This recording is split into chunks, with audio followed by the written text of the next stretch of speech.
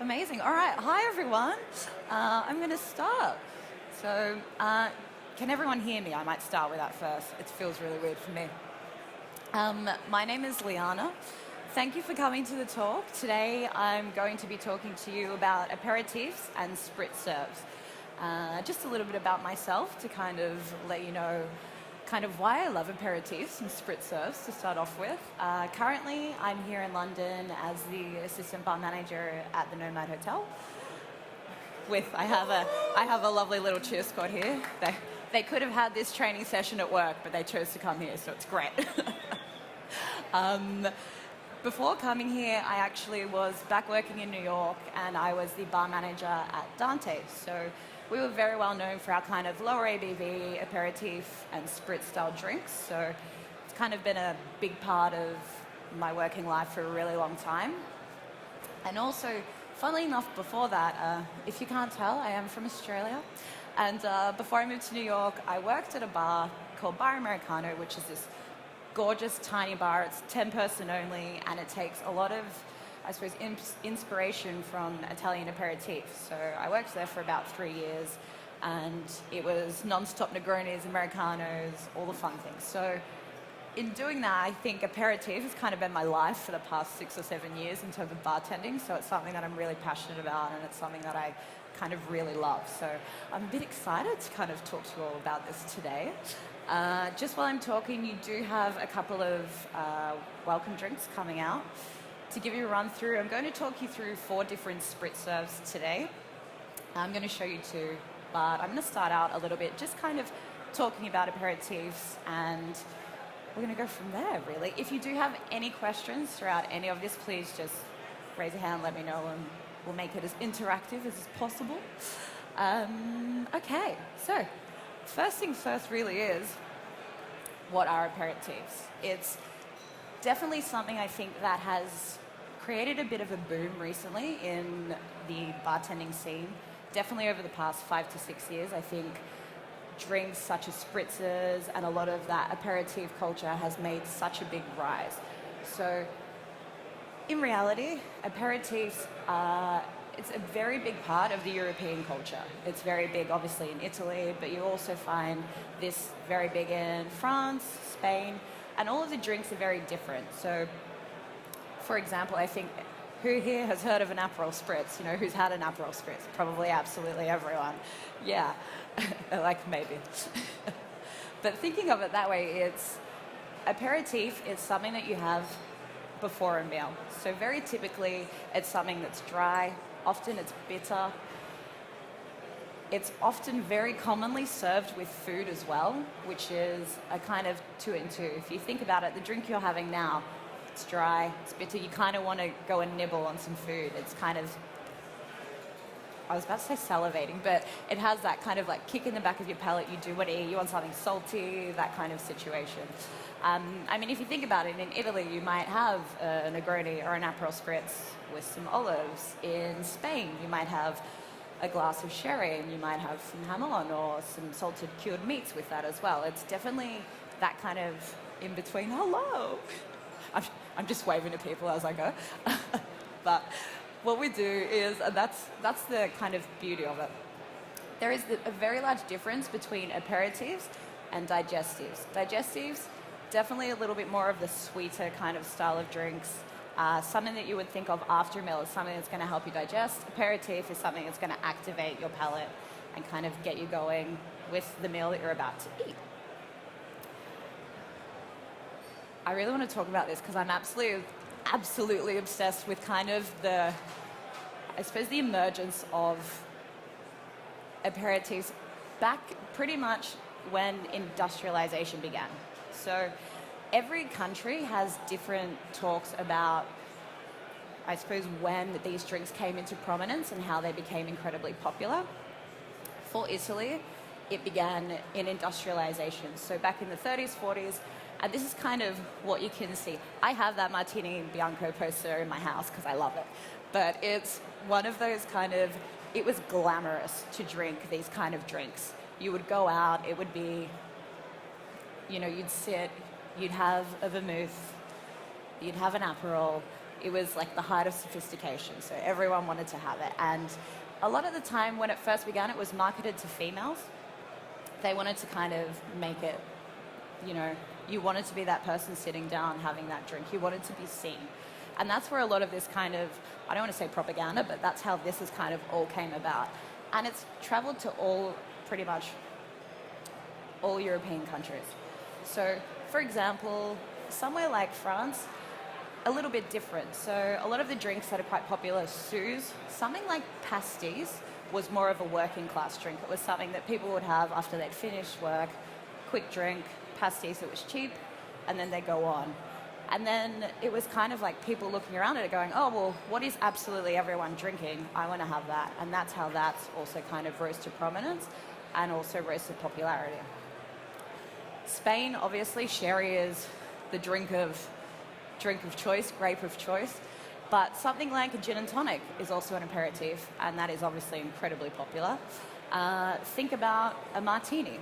That is also an aperitif. It's not something that you might necessarily think of as having. Generally when we think aperitif, we go straight to kind of the spritzy styles of drinks, but this is something that, in essence, is still aperitif. Wine, vermouth, low ABV beers, all of these aperitifs. So it all kind of changes, which is really different. I really love that slide, but I wanted to kind of touch on this a lot. Hello again. I'm going to stop saying hi to people. Pretty much. I wanted to talk a little bit about what we did at Dante, because I think it's quite a prominent thing to talk about in terms of aperitifs and how it has kind of gone into the hospitality industry. So we bought the space back in 2014, and the idea that we wanted when we were creating the menus was that we wanted to have a menu that was kind of the place in America that you went to if you wanted a lower ABV style of drink. The idea was we wanted drinks that were sessionable. So we were open from 8 a.m. and that just kind of meant that if someone wanted to come for lunch and they wanted to stay until 6, 7 p.m., they could stay, they could have drinks, and they weren't going to leave, like absolutely trolley. They were going to be fine. They could have a couple of drinks, they'd have some food, and it was sessionable. They could hang out. Here is a lovely photo of the Garibaldi, which is, hopefully everybody kind of has heard of that drink by now or knows what it is. I love that. But in saying that, it's a very simple drink. It's 2 ingredients. It's Campari and fluffy orange juice. Fluffy, we used a very high-speed juicer, hence the fluffy kind of words there. But the idea behind it is, I don't think it's a trend. I think it's actually a change in hospitality. If you think about it, a lot of people working, we're starting to take a lot better care of ourselves personally. We're more aware of our mental health, we're more aware of our physical health. A lot of people nowadays aren't necessarily going out and, after a shift, they might not necessarily want to go and drink, 10 shots. I mean, if you think 10 years ago, if I went out after work and had a drink, I'd have, like a daiquiri, a couple of shots and a beer.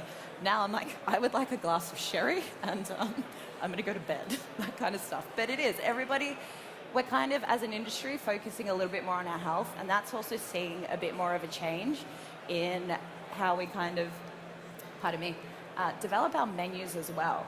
The idea that this is a trend also kind of plays back. I mean, if you think about it, bars across the world, I promise you, nearly every bar on their menu has a Negroni.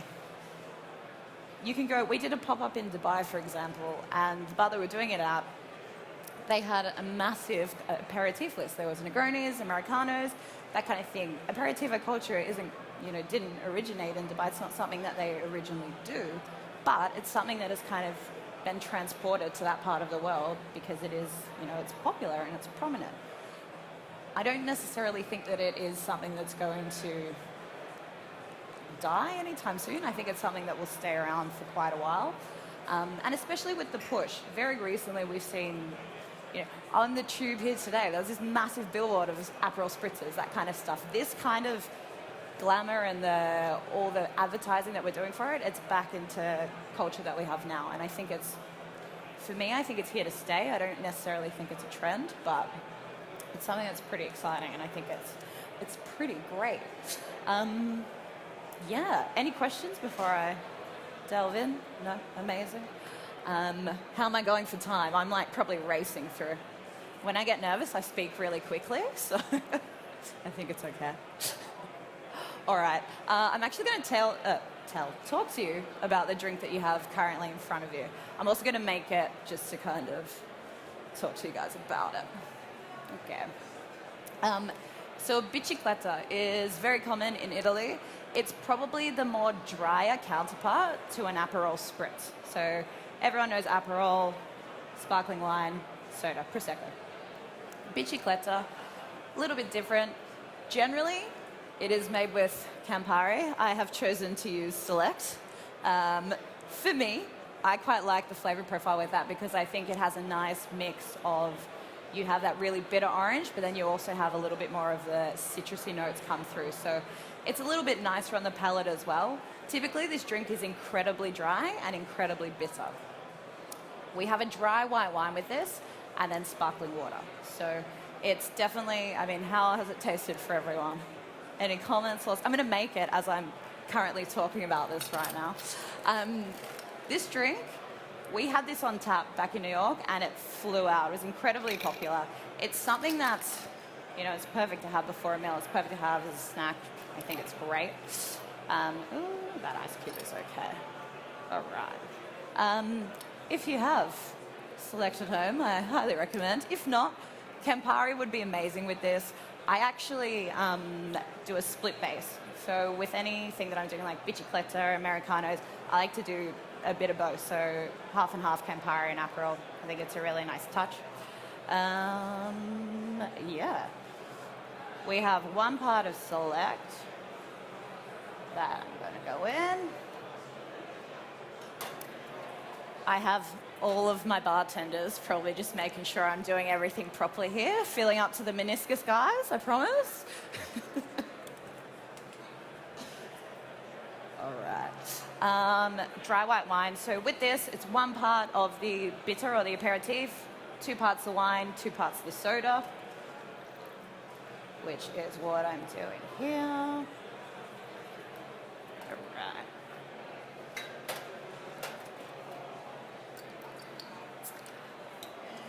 I'm going to go rogue here and just top my soda up, but you probably don't need to measure it, but just make sure you have the same amount of soda and wine. Obviously, just a little stir. And with this, I like to use a lemon wheel. I think the lemon really highlights the flavors of the, I was about to say aperitif, of Select. You can obviously use orange. For me, I just think lemon kind of is a nice freshness to it. Make sure there's no pips in your lemon wheels, everyone. And then it just goes in. So that is the first one. Any questions about a bicicletta or? We're good. I'm going to have a sip of this while I go because I feel like I need it. But lovely. All right. The next drink is the mistaken French.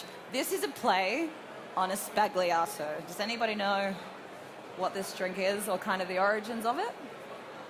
I shall tell you. Spagliato in Italy was created as, you know, the mistaken Negroni. And the story, which I don't necessarily believe, is that a bartender accidentally picked up Prosecco instead of gin as they were making their Negroni. If any bartender picked up a bottle of Prosecco instead of gin, not on purpose. I don't know how it happened, but that's the story and we'll go with it.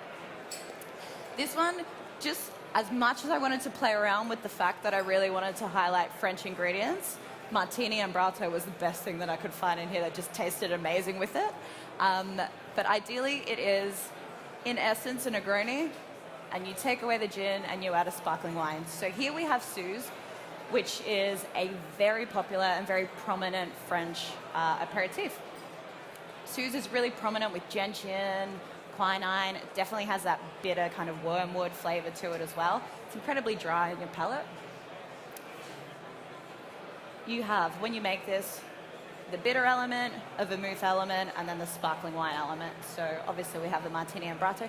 Because it's French, champagne why not? Obviously, you can use Prosecco, Cava, any form of sparkling wine, but I think champagne is great, and we should all enjoy that on a Monday morning. To really highlight and kind of lift this drink as well, there is a little bit of lemon over the top. It's a lemon discard, so in essence, you're just putting the oils and the zest of the lemon on top of the drink, and then it's coming through with that. You could absolutely use grapefruit, anything along those lines. Suze is such an incredibly popular drink at the moment. A Suze and tonic, or a Suze and kind of grapefruit, is kind of the Suze cocktail of Paris at the moment. It's something that everybody's drinking, and it's amazing. It's nice to see that it kind of has that prevalence again. Often people will associate Suze with something like a white Negroni or that kind of flavor. It's often put in counterpart for that. So it's an amazing product to use, and I really love it. I think Suze and tonic is great. How are you finding it? It's all good? I'm just looking at you guys, I'm like, is this a classic?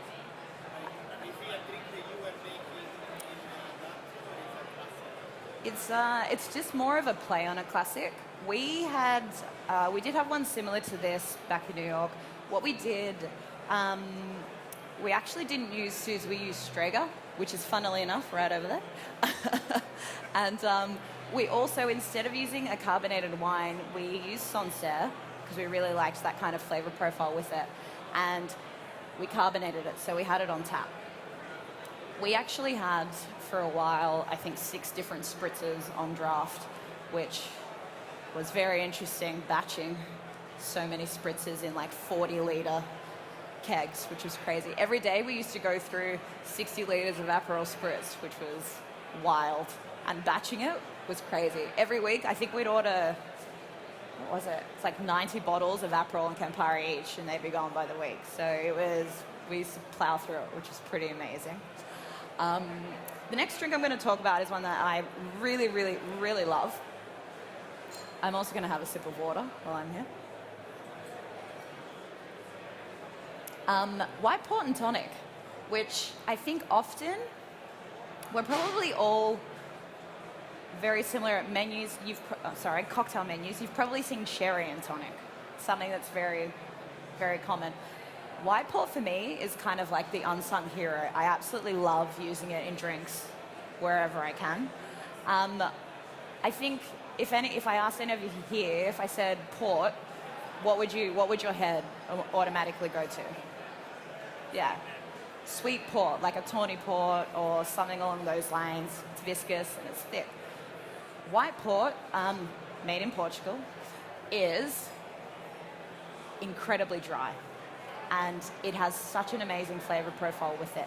It's very versatile too. You can use this, you could replace this as vermouth. It would be amazing in martinis. It's got a nice, complex and very interesting flavor, which is why it works so well with this. Obviously, Portugal and Spain border each other, and a lot of grapes are grown in similar ways. The particular one we have for you wasn't done in Madeira, I don't think. But tonic, same situation, quinine, quite dry, quite bitter. It works amazingly with this. Cucumber bitters is also like a little unsung hero that I really love. It just really opens up this drink and it makes it really fragrant and incredibly refreshing. I think when you think cucumber as well, you kind of have that refreshing concept in your mind. And really, I am going too fast for you, aren't I? To the next one. Yeah. I was like, oh God, I'm speaking way too fast. With this, I've chosen to use Mediterranean tonic water, so a fever tree. That also just kind of plays around with a lot of the flavors in it. It's pretty amazing. I'd be interested to hear what you all think, because I think it's really great. I'm just going to have another water again and slow down before I finish this talk in 20 minutes.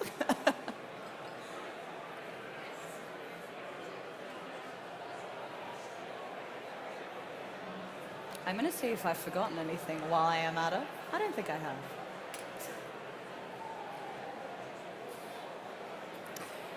A fun fact I'll give you while I am here.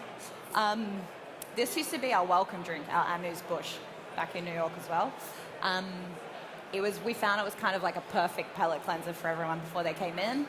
We often used to serve it with, I think this is amazing, serve with frozen grapes too. I didn't want to do it to these guys, but frozen grapes and vermouth. Perfect start to a night as well. Day even. All right. My last... I'll wait till everyone goes. How is it? What do you think? Let's go. He was asking the ratio tonic to port. Is it because the port is very dry? So Absolutely, yeah. This port, you absolutely could drink like a wine if you wanted to, but in essence, when you mix it with the bitters and the tonic, it just kind of, it's a little bit too much. So the tonic plays through really well with this.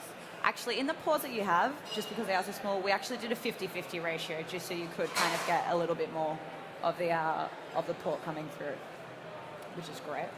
I'm going to talk to you about my ultimate favorite drink ever, a pecan beer. I could talk about pecan mer forever, or pecan beer, and I might have to, considering how fast I've gone through this. The idea of pecan is a French aperitif. If you haven't had it before, you're about to have a little bit of it. It is like decadent orange in a bottle. It's amazing. It's caramelized, it's burnt.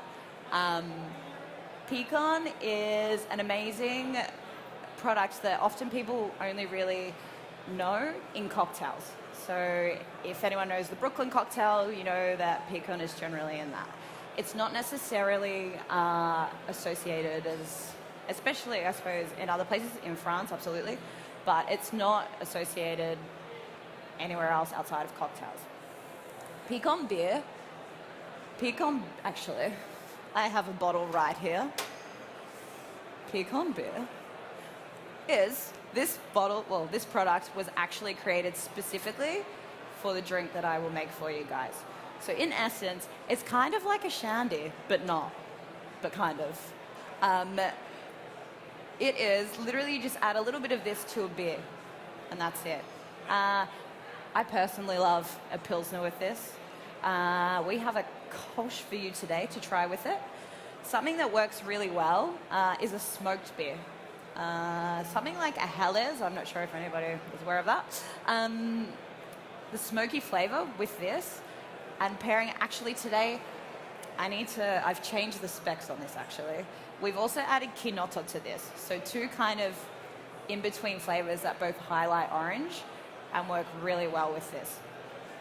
Orange bitters, everything orange pretty much that you could put into a beer is what goes on with this. Who here has had a shandy, or who loves a shandy? Loves a shandy. Loves a shandy. Yes. I too love a shandy. And that was where the kind of idea originated behind this. So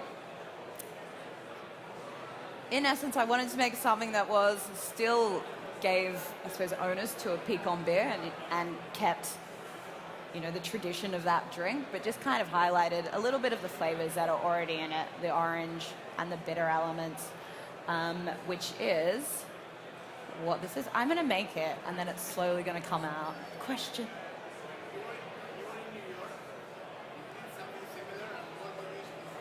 Yep. We did do something very similar to this. I don't think I can get in trouble for saying this. We did use pecan. We used to smuggle it back in our luggages whenever any of us would go abroad. I'm not sure if anyone knows, but in America you cannot source pecan at all. So it was kind of like a luxury item that anybody who ever left the country, they would have a list of bottles that they had to bring back, and pecan was always at the top. We did actually make this, and we did flip it around a little bit. So we used a Helles Schillenkeller beer. I'm looking at you, Andreas, I hope that you know. So that's a very smoky beer. It's kind of made in a smokehouse, and it's delicious. It has a really lovely back element to the palate. It's really flavorful. We used the pecan, and we actually used like a San Pellegrino Quinotto soda. So that's where I suppose the shandy element came in with that. A little bit of saline, which also kind of just brings out everything going on with that as well. Yeah. Did you have a question? You were like...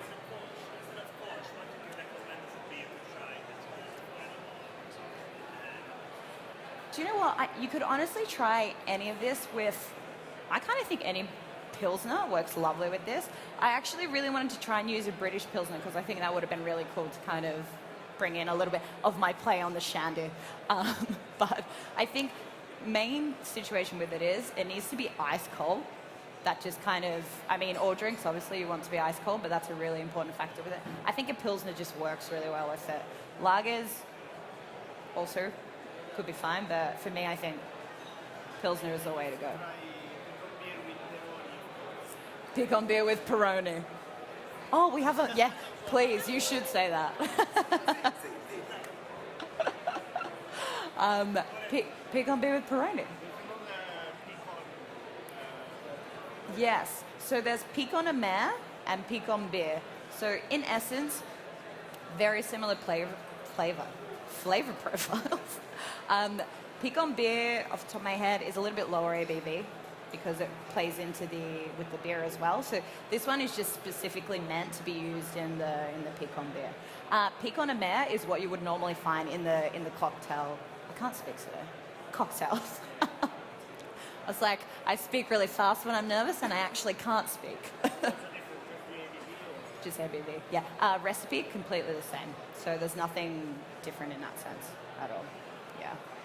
Any other questions before I give you the demonstration? I'm going to do the demonstration. So with this,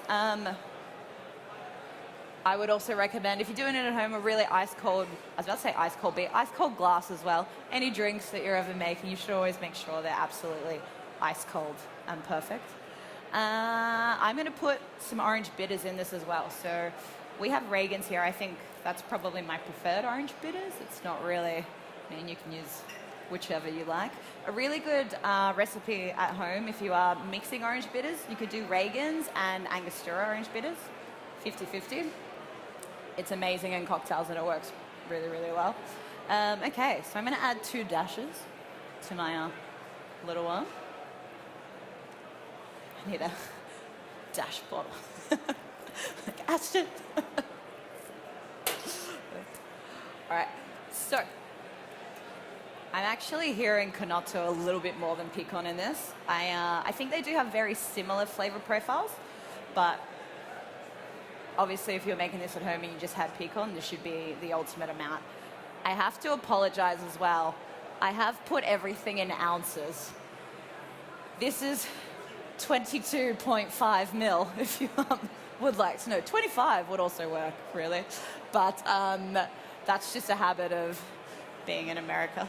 And also here, all of our bartenders have learned ounces, so proud of you guys.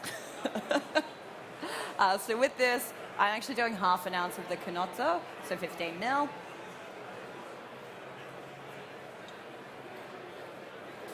And then I'm going to do 15 of the Piquant beer.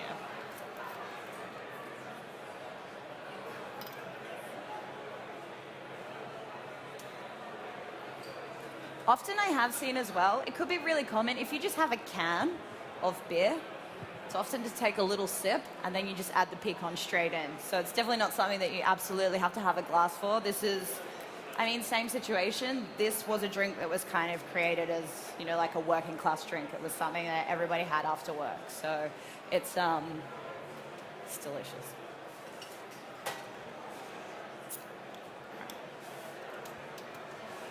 And then next, you just top it up with your beer. If you are doing it this way and you're going beer first, I would say be very careful. That will absolutely carbonate as it goes. And now you guys get to try it. This is honestly my favorite drink of the day. I was really excited about it. So I hope you guys all like it.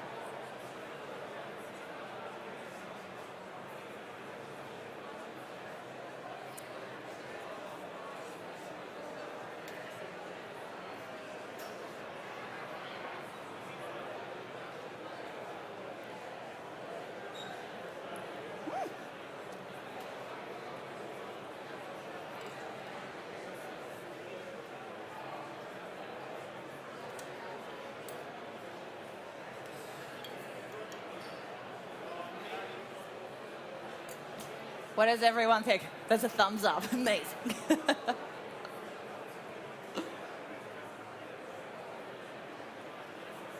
So obviously when you taste it, you definitely get the orange coming through really prominently, but there's also kind of like that burnt caramel flavor too, which, I mean, I love a shandy, but I would probably pick this over a shandy most days, which is, what do you guys think? How do you like it? We'll take nods. Yeah. But any questions with this? I have absolutely raced through this. I am very close to finishing. I'm like, sorry, I talk so quick.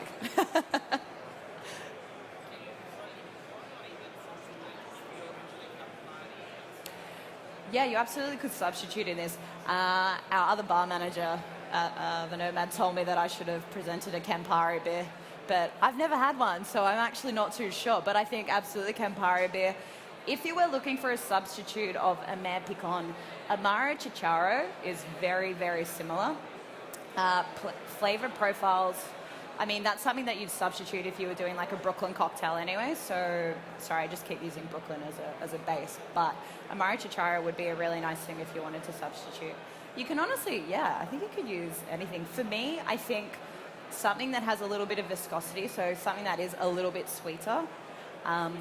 Yeah, and I think the richer flavors, it just depends how you want to pair it with a beer. For me, I think richer flavors work a bit better with this, but like we're saying, if you wanted to do a Campari beer, that would also work really well.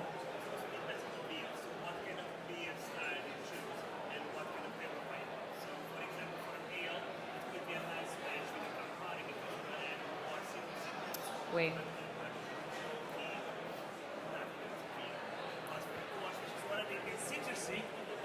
So it also depends, on my opinion, about what kind of beer you use.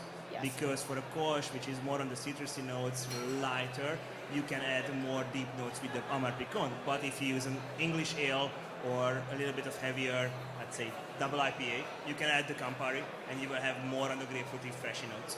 Absolutely, yeah. I think it's definitely also depends. We were playing around.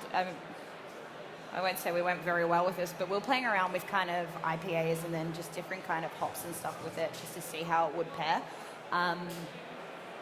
Yeah, you're completely right. You should definitely, I think, focus on the beer, and then you can kind of pick the aperitif to it. Yeah, which is great. Yeah, we'll find you the microphone. Quick question regarding the glass. I'm very picky about glasses. Do you feel any different between the highball and the beer glass? Do I have a preference or? Yes, I mean how it presents. Sometimes eye-catching is a thing, right? Absolutely, yeah. I think whenever you're creating a drink, you have to really, like, everything you have to think about, from glassware to garnish to like even ice and that kind of stuff. For me, with this, I kind of like the kind of thin, kind of like Kolsch style glasses that go with it. I think it's nice. It looks really like delicate and like a little bit more sophisticated, if you will. Yes, for me it's like tall and thin. Okay. It's better. Straightforward. Yeah. Okay, good. Thank you. Anything else from anyone? I think we did it. Yeah.